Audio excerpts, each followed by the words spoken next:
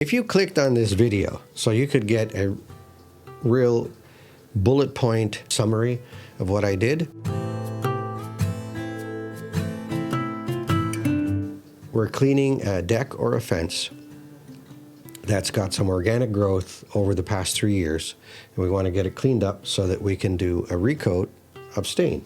In our case, of course, this is pretty easy because 3 years ago we used Expert Stain, and we're going to use Expert Stain again. It's an oil-based stain, so all we have to do is just clean up the area and we're ready to stain.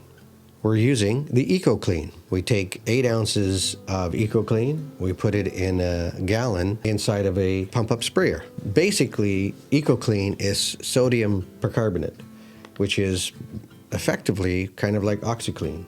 So it's really gentle on things. So if you've got aluminum balusters that are powder coated, you've got surfaces of the same kind of situation, steel or aluminum. If they're coated with a powder coat, you're going to be fine. Key is obviously dilution. And obviously you're diluting this quite a bit. If you've got 8 ounces of product into a gallon of water, you've got a good dilution there. And you've got everything wet already. Really, it's highly unlikely you're going to see damage. So you really don't have to worry too much about it. It's an oxygenated product, but it really does a good job. And that's why you see it bubbling as it's eating the organic growth, because it's kind of like a hydrogen peroxide, really. It's just bringing up the organic growth out of the wood. And that's why you see that white bubbly stuff. That's your friend. Leave it on for 20 minutes.